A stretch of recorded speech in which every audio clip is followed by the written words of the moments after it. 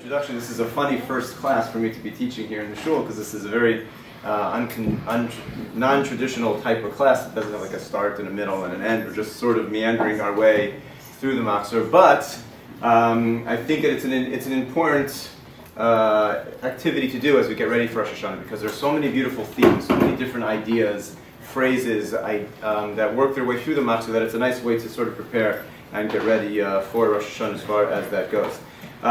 Just to set the stage, what I'd like to do tonight is go through the regular Shmoneh Esrei of Shachris, Mincha, and Marv, plus a little bit of shofar. And then next week, Mirza Hashem, we'll go through Machzor. So just to get a sense as to what we're planning on doing tonight, what we'll do next week, that's how I intend to break it down. We'll sort of see how it goes if things work out timing-wise as I'd like. Two quick words of introduction, and then we'll jump in. One of the main ideas I remember hearing in my years in yeshiva of Rosh Hashanah is a very simple one, but a very powerful one. Kiva HaMelech. King is coming. This is a Yantiv. It's a specific time in which we coronate Hashem as a Melech, and the King himself is coming to pay us a visit on Rosh Hashanah. I remember in my years in yeshiva having a little index card that I just wrote out that simple phrase, Kiva HaMelech. The Melech is coming, and I had it in my Machzor that I would see it just as a reminder to be focused all day during davening, because it's hard to focus for such a long period of time. Little index card, King is coming. King is coming. You know, Rav Shlomo Volba is a great leader of the Jewish people, passed away about 11 years ago in Eretz Yisrael. So he used to write that you could always tell how significant something is by the type of preparation that you do. If a friend calls you and asks to borrow an egg, and your kitchen is a mess, so you say, all right, come on over. It's not a big deal. There's not a major event. There's a good friend, a neighbor, is coming to get an egg. So she comes in, the kitchen's a mess, and nobody really cares. But if you invite a couple for a dinner date, so you don't leave your kitchen that way, because what you're doing is a little bit more significant. So you straighten up. You straighten up. You don't turn the whole house upside down, but you straighten up because you're hosting guests. Can you imagine what you would do if you were going to have a Prime Minister of all of Canada coming to your house for a dinner, a fundraiser, something? For weeks, you would prepare. You would turn everything over. You would have entire companies coming in to clean everything up. Everything that needed to be fixed in your house that you've been pushing off for 20 years, you would get it done. I can tell you all about that as we moved into a new home, getting ready for the bar mitzvah, the things that we never would have done for years, but there's a bar mitzvah coming, so like all of our families come. Everything is happening this week, because you got to be ready, because the guests are coming. And when the guests come, this is a significant event, you have to be ready. So the King is coming. King is coming. What's going on in our houses in the days, literally we're up to days, we wouldn't even count weeks anymore, in the days before the King comes, you can tell how significant an event it is by the type of preparation that you do in advance of that. And the beginning of our Rosh Hashanah experience is, how are we getting ready for the appearance of the King? What does our house look like? Is it a regular Shabbos? Everything's gets thrown into a closet and tucked away? Or are we getting ready? And as we prepare, we feel, we sense, that's part of our own experience of getting ready for a Yontiv, that we prepare ourselves for something different, because it is indeed something different. Rosh Hashanah is my last introduction before we could actually start. I always find to be the hardest day of the year. Literally the most difficult, complex day of the year. What are we supposed to be feeling on Rosh Hashanah? What kind of day is it? Purim is easy, it's a day of joy, celebration. Tisha B'Av is a sad day. Even Yom Kippur is austere, it's significant, but at least we do it the whole day long. You go to shul, it's Yom Kippur, you're fasting, you're in Yom Kippur mode the whole time. Rosh Hashanah is so complex, because you start in shul, and you have the sense of Rosh Hashanah, and then you have a Yontiv meal. And we all know what Yontiv meals are like. It's Yontiv meal, it's family, it's everybody schmoozing and catching up, and it's kids and grandkids. And then you go to shul, and it's the shofar, and it's mi yichyeh, mi yamus, who will live and who will die, who by fire and who by sword. And it's a serious day. And then you go home and have another meal.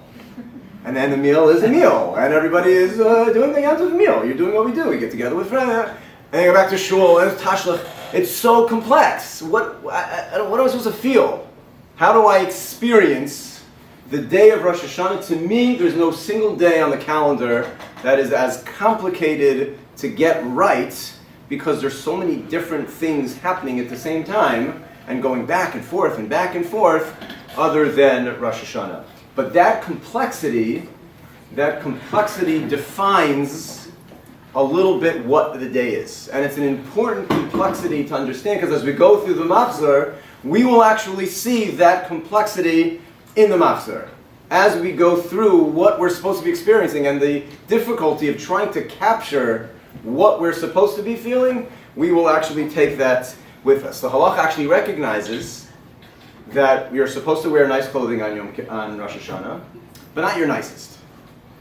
Because it's a day of judgment, and there's a Yom Benor, it's a Yom Norom, it's a day of fear, it's a day of awe. So you have to get dressed up, but not your finest.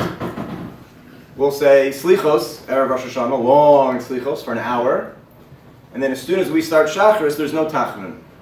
Why is there no Tachnun? It's Erev Yantiv, it's a Yantiv. You don't say Tachnun on Erev Yantiv. We just said Slichos for an hour.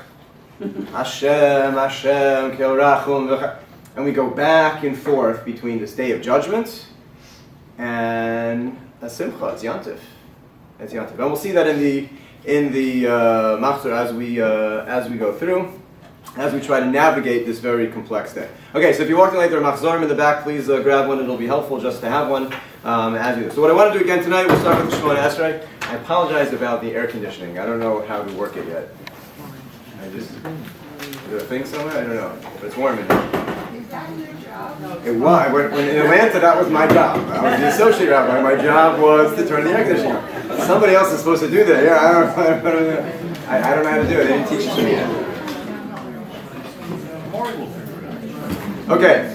So what I want to start with Shmoneh. So I have an art school Machzor. I assume most of you do not, because the shuls are the Birnbaum. So in the Birnbaum, it's on page 31 is the beginning of the Shmoneh Esrei for Marav. The art school is page 62 if you happen to have one. Rosh Hashanah, like every other day of the year, has the same exact Shmoneh Esrei for Shacharis, for Mincha, Marav. The only one exception to that, which is, well, Musaf, whenever there's a Musaf, is different. But in terms of Shacharis, Mincha, Marav, what's the only day that does not have the same Shmoneh Esrei for all three? No, Yom Kippur is the same. Ne'ilim. So Shacharis, Mincha, Marav. You do it every week. Shabbos Shmoneh Esrei is different Friday night from Shabbos morning to Mincha. It's the only day of the year. Every other day of the year, those three Shmoneh Esreis are always the exact same, which is what we have for Rosh Hashanah. So we're going to go through Marav in your Machzor, and if you have your own, you want to take notes, you could always flip it. It's going to be the same one, all three Shmoneh Esreis. Okay, so we start with Marav, and the first thing that we say, which is new, which you're familiar with, is Zachreinu L'chaim, right in the very beginning of the Shmoneh Esrei. One of the most beautiful tefillas, Zachreinu L'chaim Melech Chafetz B'chaim. We ask Hashem, remember us for life. Zachreinu L'chaim Melech Chafetz B'chaim. You're a king who's a Chafetz B'chaim, who desires life. You want us to have life. You don't want us to die. You don't want the sinners to be punished and to go away. You desire life, and you're the Melech who wants life. So Zachreinu L'chaim V'Kosfeinu B'Sefer HaChaim, and write us into the book of life, which is of course a takeoff of the Gemara, which says that on Rosh Hashanah the three books are open before Hashem, the books of the righteous and of the wicked and of the Beinonim, the middle, for the rest of us. So we start off with this tefillah, remember us for life, and it's a beautiful tefillah, which I think we all have our own experiences with. The key to this actual phrase is the final phrase, which I didn't yet say, because this phrase actually doesn't belong here. This is in the very beginning of Shmoneh Esrei, the first three brachos of Shmoneh Esrei. One is not permitted to make a bakasha, to make personal requests during the first three blessings of the Shmoneh Esrei. The first three blessings are all about praise of Hashem. And then after we finish that, during the weekday we make our requests, or on Shabbos or Yom Tov, we have whatever the specific nature of the Shmoneh Esrei is. But here we have, right in the very beginning, we have what seems to be a pretty big request. Remember us for life, the king who desires life, write us into the book of life. Which really it doesn't fit. Except that we conclude with the last phrase. Mancha Elokim Chayim. For your sake. And this phrase, if a person, a Jew, can sit on Rosh Hashanah and say this phrase, he starts his Shmoneh Esrei in the most pristine way. I'm not asking for life because I need to eat one more hamburger. I need to make a few more dollars. So give me life. No. I stand in the beginning of Rosh Hashanah, I start my Shmoneh Esrei, and I say, this is for you. I want to live my life for you. So that when people see me, they see, oh, that's what a Jew is supposed to be. I live my life with Torah, with mitzvos, kindness. L'mancha, not for me. Rebbeinu Shalom, give me life so that I can be your chariot. And that changes the entire phrase from the opening phrase of give me life, give me life, give me life, which is all about me, me, and me. And then we conclude it and we say, it's not about me. It's l'mancha, Elokim, please. This is for you. Now, in order to be able to say that, we have to be able to live our life in a way that Hashem would say, yeah, absolutely, I want to grant this person life because this person's life is really in the better sense for me as well. And it's really, as a whole, one of the most beautiful phrases to be able to say that tefillah, write me down for life for your sake. That's why I want my life. We continue with the Shmoneh Esrei. This is how we're going to go. We'll just work our way through saying different phrases. And then we get to the second addendum that we add during the first three brachos. Micha mocha av harachamim. Who is like you, O merciful Father?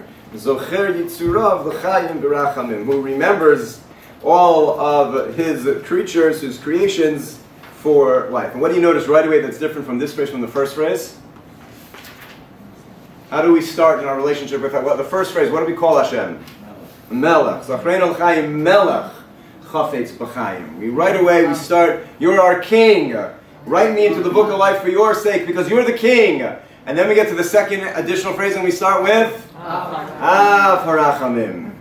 And right away we touch on a very different experience, and we're going to see this also throughout the day as we bounce between an eved, a servant who has a king, to a child who comes into his father's study, comes into his father's bedroom and says, Tati, I need something. Abba. So, Zocher you, Micha mocha av harachamim, Zocher yitzurav. And right away we're playing off of these two themes as we begin our Shmoneh Esrei between you are the Melech, but you're also the merciful Father. So remember us for life. And here, we don't say, L'mancha, it's for yours. That's an eved. The first phrase, I'm a servant, I'm an eved, I'm saying, God, give me life, but I want to serve you. I'm here for you, so give me life. And in the second phrase, it's just Abba, this is what I need. So michamocha, av harachamim, zocher yitzurav l'chayim harachamim. Remember all of your creations for life with mercy, and we refer to him as specifically our Father. The third bracha of every Shmoneh Esrei in the regular week is a simple bracha. Ta kadosh v'shemcha kadosh u'kdoshim b'chol yom yehalalu chasela. You are holy, your name is holy, your holy ones praise you. And then we conclude, Baruch atah Hashem, Hakel HaKadosh. That's how the regular Shmoneh Esrei ends. During the Aser Simei Tshuva, instead of Hakel HaKadosh, we conclude with Hamelech HaKadosh, which is a very important part of the king who sits in judgment, because this is the day that we're coronating Hashem specifically as a king, and we reference that specifically. And what we do on Rosh Hashanah and on Yom Kippur is we add about 5 paragraphs in between the first phrase of Atah Kadosh v'Shemcha Kadosh u'Kdoshim b'chol yom yehalalu chasela, which you'll see towards the bottom of page 31 in your Machzor. We add the 3 additional paragraphs, and then we conclude in the middle of page 33 with, if you see that, Baruch atah Hashem HaMelech HaKadosh. So let's spend a few minutes. What are the themes? What did Chazal add? What did the sages give us in the Machzor as we describe Hashem as the Melech HaKadosh, the Holy King who sits in judgment on this day? What are the phrases that we have? So if you would just think, if I would start with a question before we actually start, where would we start? If we were about to coronate Hashem as a king who's sitting in judgment, and it's a day of judgment, so we would start with, I think we came up with a lot of different things that we might want to recall or to praise him as we begin. But let's take a look and see what it is that the sages give us. What words? Uvechein. And so it is. Well, the Mefarshim point out, the commentators say uvechein, there's another time that the word uvechein is used as someone is about to approach a king. Esther, in the Megillus Esther, uvechein avo el hamelech asher lo kedas. Esther says to Mordechai, okay, but then I'm going to go into the king and I don't have permission. I'm not really supposed to do this, but what am I supposed to do? Jewish history is at stake and I have to risk everything. So we reference that phrase as we're about to approach the king, as we stand in Shmoneh Esrei, Uvechein, trying to recall the schus, the merit that we had from Esther, who did a similar thing, and we enter into our dialogue with the king in the same way. So what are we saying? Tein pachtecha Hashem Elokeinu al kol ma'asecha. Give your fear, instill your fear, your awe on all of your works. Ve'emasecha al kol ma shebarasa, and your dread, your awe also upon all that you created. Ve'yirucha kol ha'ma'asim, so that all your works will revere you. V'yishtachvu lefanecha kol ha'bruim, and all your creatures will bow before you. Well, let me pause right here. Who are we talking about? Who are we referencing here so far? Is this a Jewish tefillah? Are we talking about Jews? Universal. This is universal. We start on Rosh Hashanah. This is our opening line, really, in terms of what we're now adding into our Shmoneh Esrei, and it has nothing to do with the Jewish people. We stand before Hashem, and the first thing we say is a universal prayer. It shouldn't be just us who stand here in awe on this day of Rosh Hashanah. Kol masacha, must al kol mashibrasa, everything that you created. V'yirucha kol hamasim, all of your creatures should fear you and awe you and bow down before you. V'yeyasachulam aguda achas, and they should become one aguda. Aguda is a bundle. Now, a bundle, as opposed to the famous melting pot from the country that I come from, in a melting pot, so you throw everything in, and everything just sort of melts together, blends together. What you get out is a mishmash that was nothing about what went in, because it all loses its identity and then comes out as a cholent on the other side. But a bundle is different. Bundle says, take this thread and that thread and this thread and that thread, put them all together. And as in our universal prayer, our universal yearning for what we want from the world, we say, an aguda achas. We want a single bundle that's going to take all the peoples of the world, all the ideas, everything that's out there, except they're now all going to be unified in their goal. And their goal is to fulfill your ratzon. Just as we know Shahashaltom lefanecha, that dominion is yours, Oz biyadcha, might and strength is in your hand, Ugvura b'minecha, in your right hand, Shimcha norel kol ma shebrasa. It's a great name, should be called on everything. This tefillah is really at the heart, we'll see it many, many times over and over again in Rosh Hashanah, is the yearning of the Jew of Rosh Hashanah. What is a Jew supposed to be hoping for on Rosh Hashanah? I want your name to be recognized by everybody. That's my goal. It's not about me, it's not about my family, it's not about my parnasa. It's Rosh Hashanah. What's Rosh Hashanah about? That I yearn that every single person in this world recognizes what today is. Right now it's just me. It's just this group of Jews sitting here. How many Jews are there in the world on Rosh Hashanah? The whole world. But what are we yearning for? Not that everybody should become Jewish, that everybody should recognize that you are the Melech. And that's our opening line. And it's a very important theme. So kulam aguda achas. It's a beautiful phrase. And then the second paragraph, tein kavod Hashem liyamecha. Now we ask for honor, for kavod, for who? For your nation. Why? Because who is going to bring the world into that place? How are we going to get to the upside down, topsy-turvy world that we live in right now, to a world that becomes an aguda achas la'asos v'tzolcha, that everybody wants to do your will? We're his chariots. The name of Hashem rests upon us. There's another theme that we're going to see all the time. So we say, tein kavod li'amecha, give honor. Now, for us, so that we should be great, not that we should be great, because it all comes back to leman Elokim Chaim. I need kavod. As long as the Jew is downtrodden, is spit upon, is made fun of in the world, who loses? Say, Ribono Shel Olam. Ribono Shel Olam, for you. And if we want to achieve that kol ma'asecha, that everybody fears and is in awe of you, so then you have to give us kavod. So tein kavod le'amecha tehila l'reyecha, honor to those, praise to those who fear you, v'tikva tova l'darshecha. Beautiful phrase. the tikva tova, and good hope to those who are dorish, who seek you out. A good hope. What do we have other than hope? So we ask Hashem, give us good hope. Something to look forward to. The most bleak situation in life is when you look out and you say to yourself, there's no hope. The worst pasuk in all of Megillas Eicha. We're coming off of the morning of Tisha B'Av, the worst pasuk. The Gemara says, Ulai yesh tikva.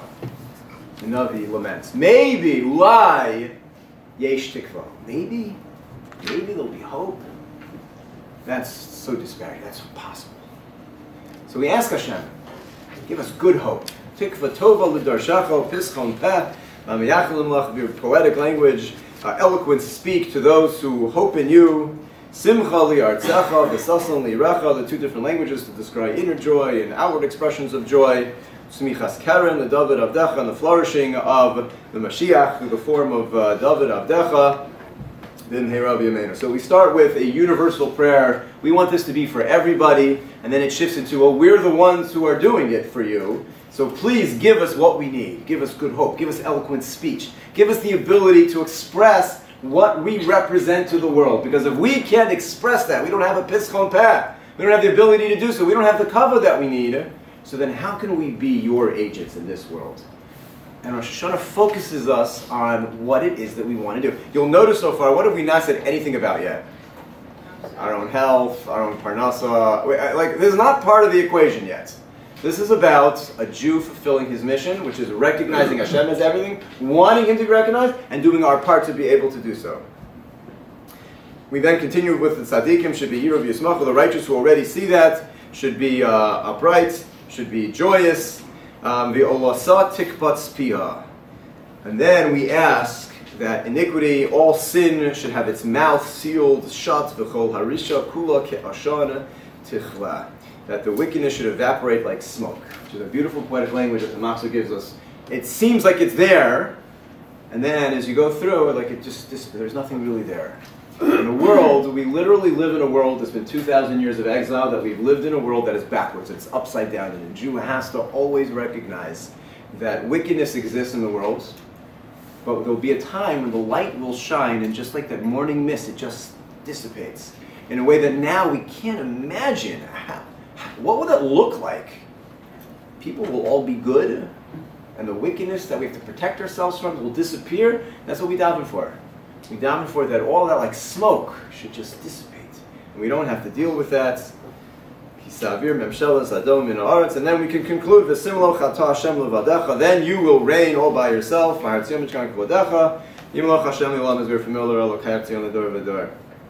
and that's how we conclude that it should be where you are able to reign. And again, what we find missing throughout all of this is this idea of judgment.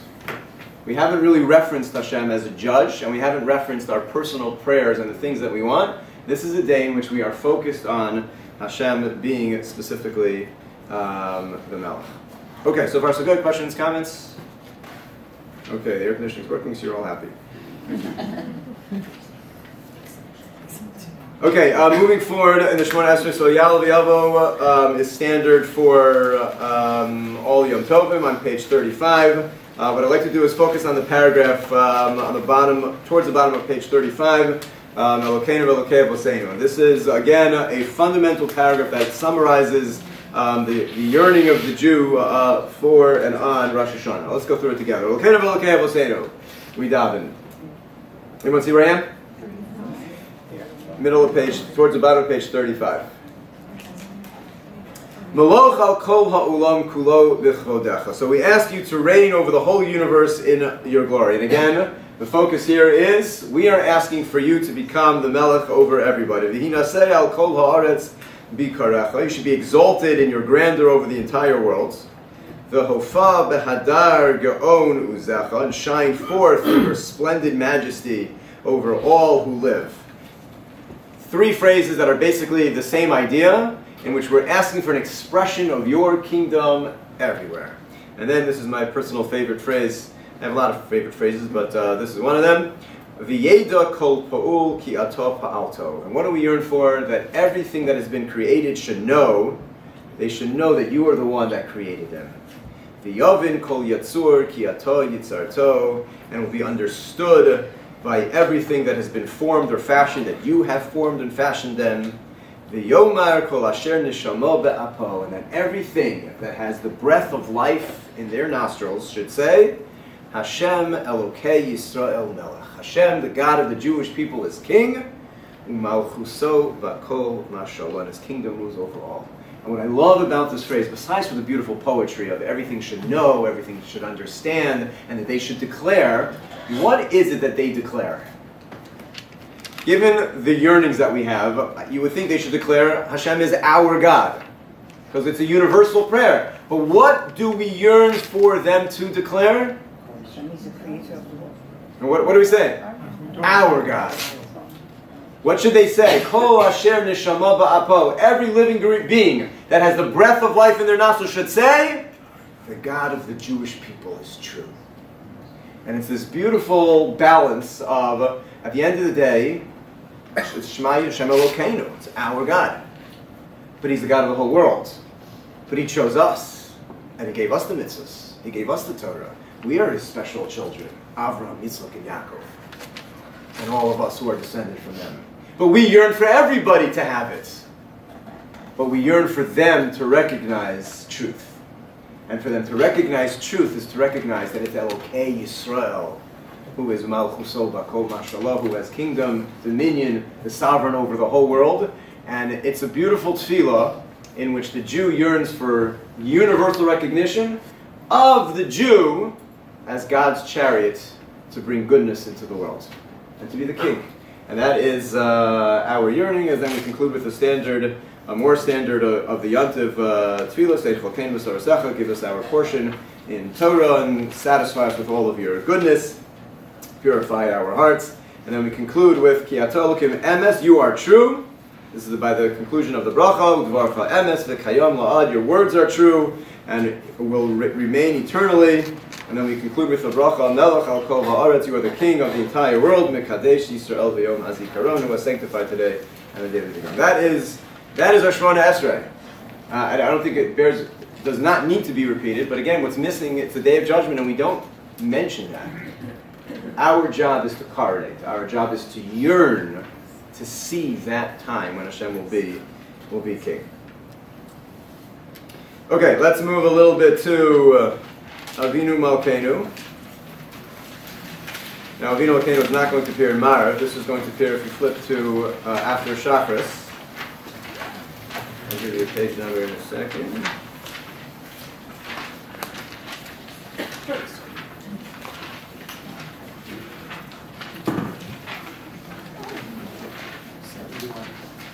$271.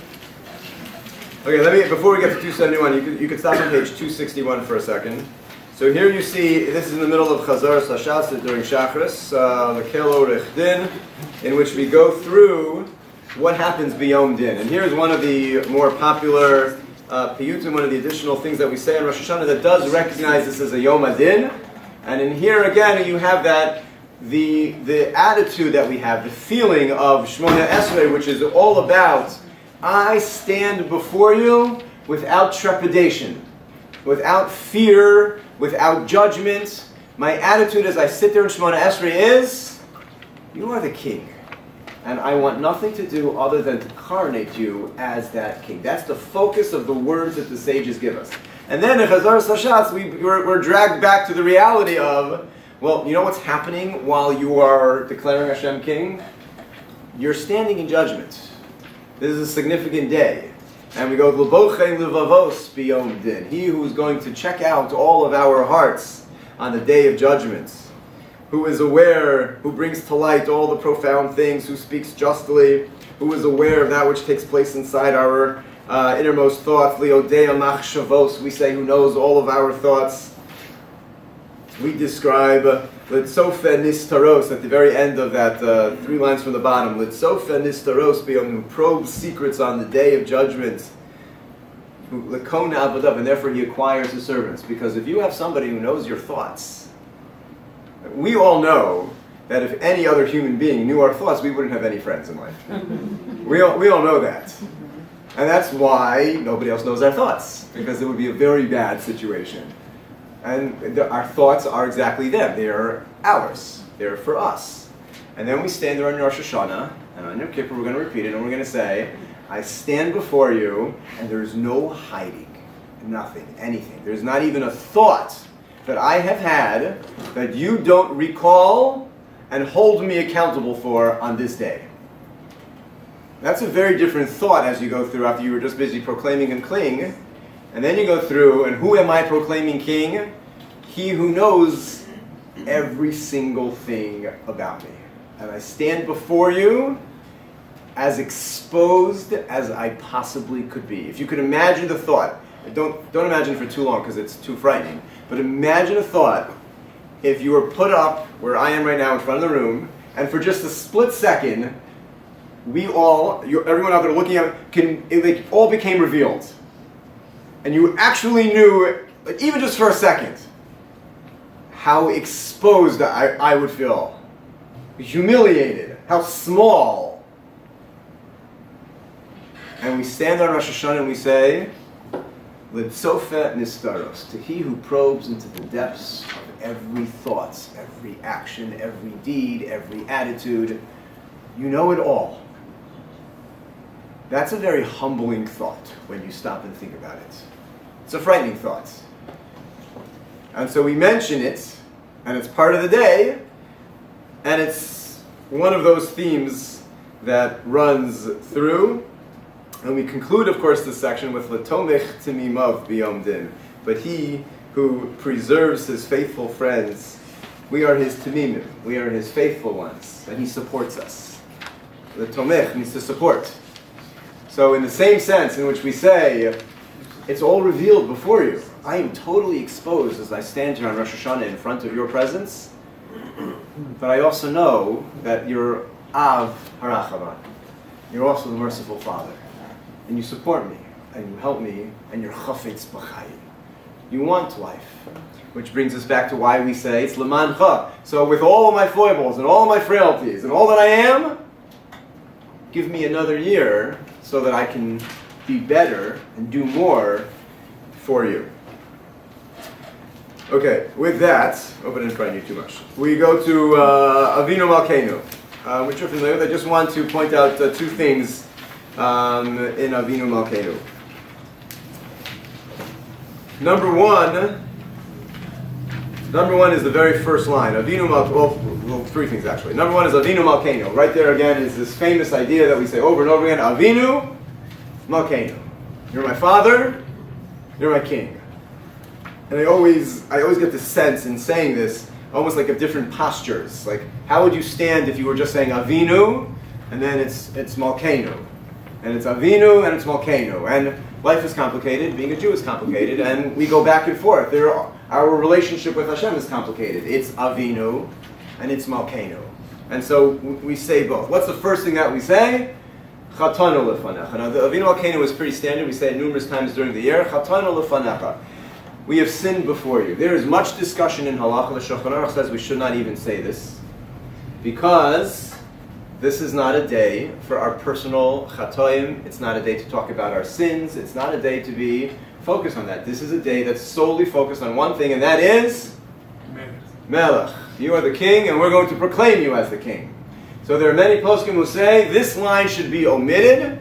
You don't say Chatanu Lefanacha because that's distracting. Because when you say on Rosh Hashanah, Chatanu Lefanacha, we've sinned, you're going to be like, oh, I said this, and I did that, and I need to work on this. And you've just gotten distracted from what you're really supposed to be focused on. And what we're focused on is, I am here to declare that you are my king.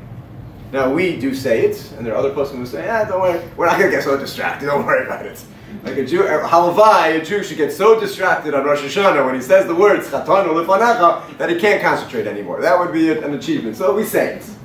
But it's worth noting that there are significant poskim who say we shouldn't, because that's not what the day is about.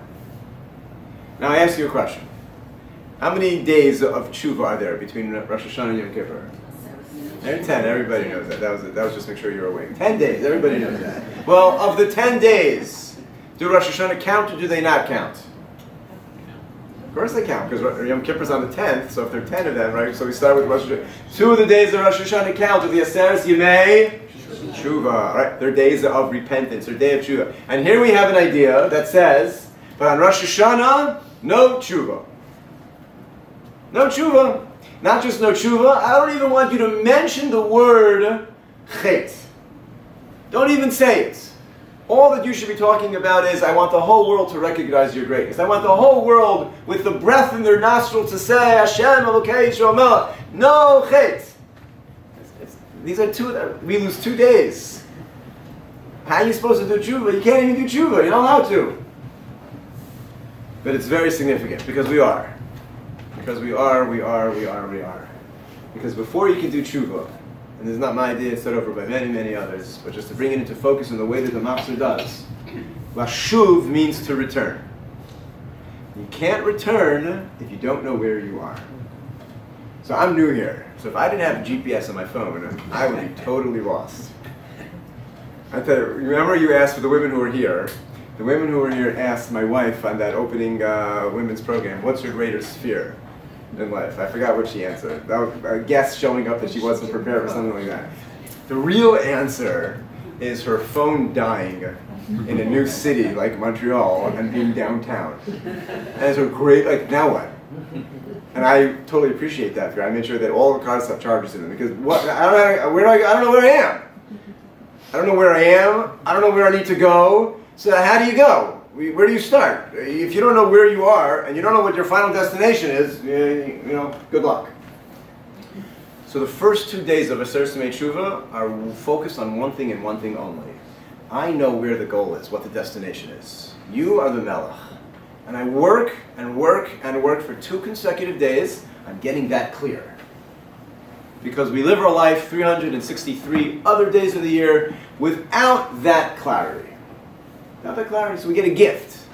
2 days, and it's focused. Focus. Don't focus on anything else other than, you are my king.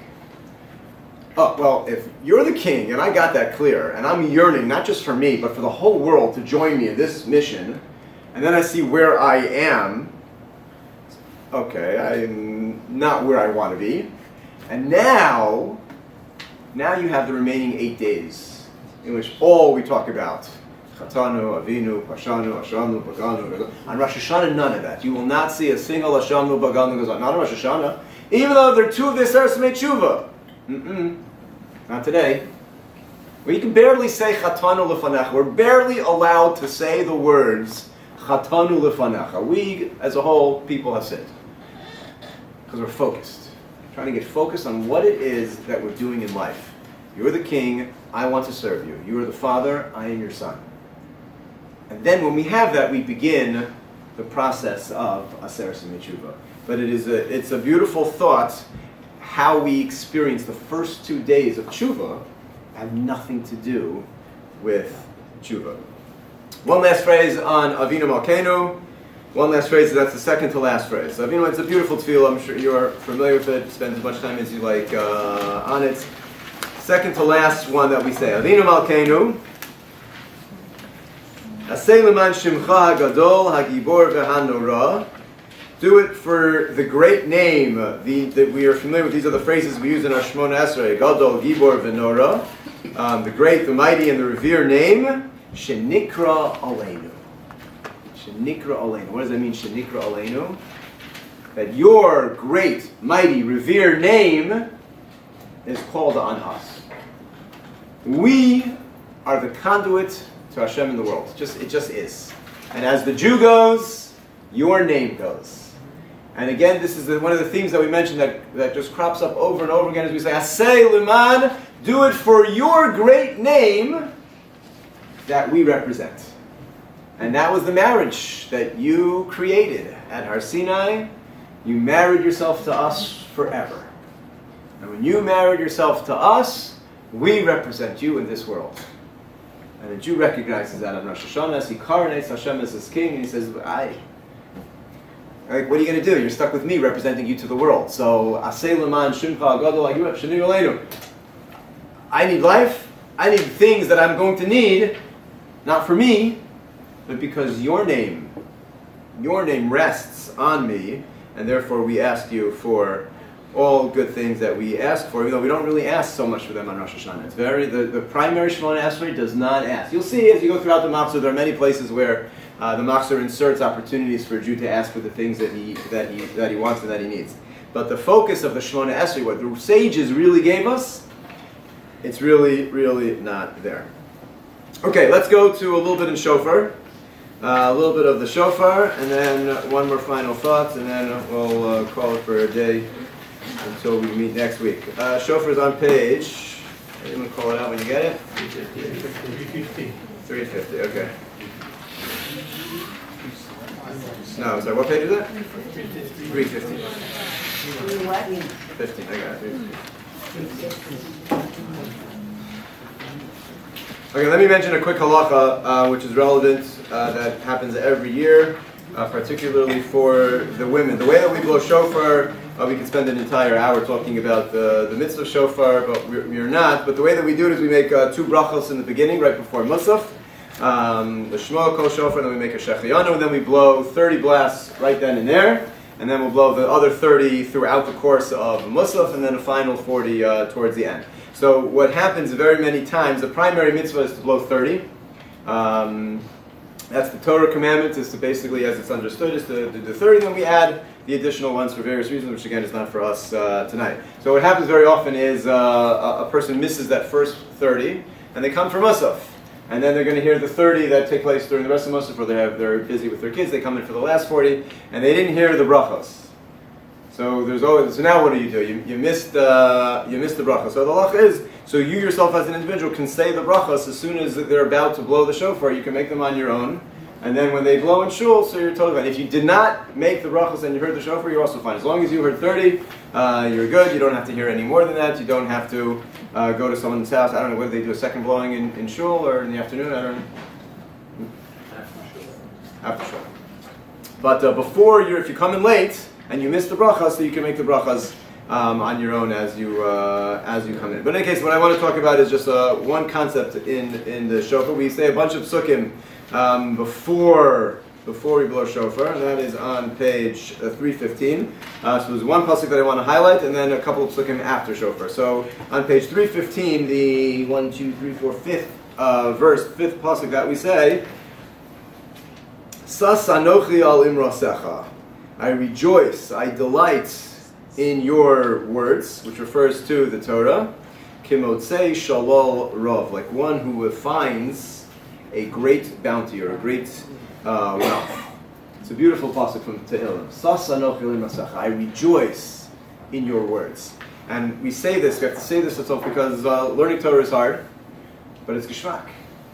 It's geschmack. And we say to ourselves, we say to Hashem before we hear shofar, one of the beautiful psukim in Tehillim, Sas anochi alim rasacha, kimotzei, like one who finds a treasure. Like, I found it. Kimotzei shalal. I stumbled across it. Look at this great wealth that I found. And that's the experience that a Jew has as he sits and he gets the opportunity to learn Torah. So he knows in advance what he's going to get, and then when he gets it, a piece of the divine. There's this geschmack of whatever it is that he's learning. And so one of the things that we say before we karnei Hashem through the blast of the shofar, it's such joy being involved, being able to study, being able to hold your Torah, kimotzei shalol ro, like one who finds great wealth. Flip to page 319, after shofar. After shofar. Let's read through these 2 or 3 verses, and you tell me the attitude or the emotion that the sages wanted us to have as we complete the shofar blowing. And here are the words they give us. Ashrei ha'am yodei trua. Happy are the people who know the trua. Hashem ba'or panecha yahalechon. Hashem, in the light of your favor they walk. B'shimcha yegilun kol hayom. In your name they rejoice all day long. U'v'tzidkascha yarumu. And they're exalted with your righteousness. Kisiferes uzamo atof, you are in their glorious strength. Uvirtzoncha tarum karnenu, and through your favor, their honor is high. Ashrei Yoshvei Veisecha. What's the emotion all of these verses have? It's joy. It's joy, it's happiness. Shofar is one of the most pristine moments of all of the Rosh Hashanah Yom Kippur experience. Now, the shul is silent. I know it's silent the whole time, but it's really, really silent. It's really silent. Shofar blowing. You hear a pin drop. Blast of the shofar. And it's the most beautiful, wordless tefillah that you feel just rising straight up to Shemayim. All of the yearnings of the Jew that can't even be expressed, are like of the whole shul, the whole community together. It's a powerful moment, the shofar, and in the words of the sages who describe it, the fear, the awe, the reverence, the Gemara talks about it as the moment equivalent to the Kohen Gadol, being lifnai v'lifnim, inside the Holy of Holies, is the experience, the sanctity of the shofar. And coming out of that, what's the emotion the sages give us? Just joy. Joy. Ashrei ha'am. Praiseworthy. How joyous is a people that have this shofar. B'shimcha yagilun kol hayom. All day, they just rejoice in your name. Because we just coronated you as a king. The shofar which goes straight up in its power, in its grandeur, in its beauty. And the only words the sages have to give us in the Machzor afterward are words from Tehillim of how praiseworthy, how precious are we to be in such a position to coronate you as king, and there's no expression other than joy. B'shimcha yagilun kol hayom. We'll rejoice all day. Ashrei yoshvei veisecha. Look at what we have. What an honor and a privilege. You think about, out of the billions of people in the world, how many are hearing the sound of the shofar? How many are coronating Hashem as a king? And how can you not scream out with joy as you complete that process? I'll leave you with one thought before we get to Musaf next week. It comes right off of this idea of the shofar blowing. There's one tefillah missing on Rosh Hashanah. It's completely not there at all. It's the only yontif we have in which we don't say it. That is Hallel. Hallel is missing. There's no Hallel. There's no Hallel on Rosh Hashanah. It's Rosh Chodesh. It's Yontif. We have every reason to say Hallel, and we don't. So the Gemara asks this question. The Gemara asks it in a very interesting way. The Gemara says, Amru Malachei Asharis Lefnei HaKadosh Baruch Hu. The Malachei Asharis, the ministering angels, say to Hashem, they ask him a question. They say, Lama lo Amrum Hallel.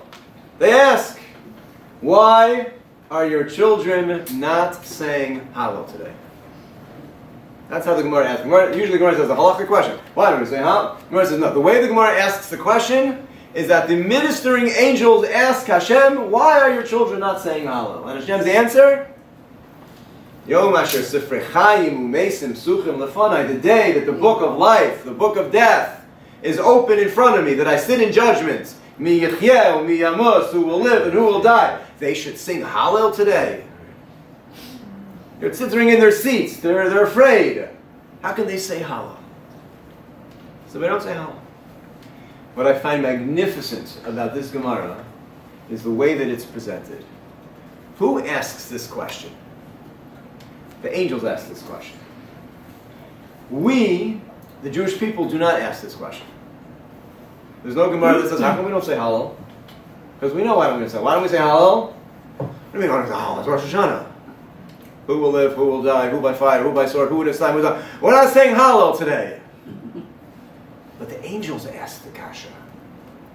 The angels say, they're coronating you as a king. What joy. What a yontif. What a simcha. There are so few people in the entire universe right now who are on their own showing up and saying, you are the king of the whole world. When will the whole world recognize this? They should be dancing in the streets. Why are they not saying Hallel? The angels understand what the day should be like. But we have another component to the day. And that is The day the king is coronated, he also sits in judgment. So we have this balance of, we should be dancing in the streets on Rosh Hashanah. We are declaring the Ribono Shel Olam King. What a privilege. B'shimcha yagilun kol hayom. We rejoice.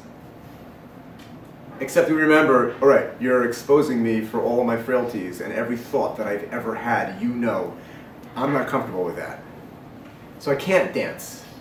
But I need to dance. I can't. So I go to shul, and I say, who will live and who will die? And then I go home and I have a yontif.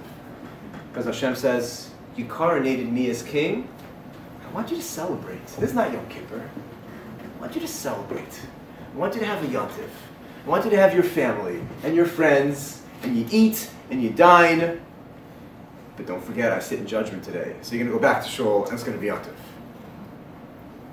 But it's yontif. But it's Rosh Hashanah. So I wear nice clothing, but not too nice. Halacha is you have to have a haircut and you shower before, even though it's a day of judgment, but it's a day of judgment. And Klal Yisrael, as the Torah famously writes, B'tuchin b'nei. We are positive, we will have a positive judgment. Because even though it's a day of tshuva, and we're not doing tshuva, but we're doing the best tshuva we possibly can, which is recalibrating ourselves to what it is that we want from life. And when a Jew recalibrates, and a Jew spends 2 days celebrating the Melech, declaring the Melech, yearning for the whole world to see that he is indeed the Melech, how can you not dance?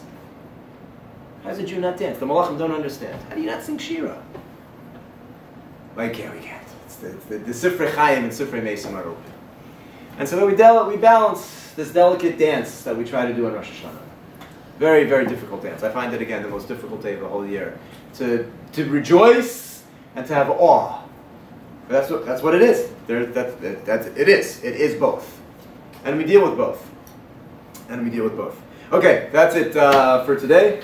So that's Shachris, a little bit of shofar. Mirz Hashem, next week we'll cover Musaf. There's a lot in Musaf, and we'll cover some. If we have time left over next week, maybe we'll do some of the halachas of Rosh Hashanah, the Simanim, and other things. We'll see how that goes. Have a wonderful evening, and see you next week.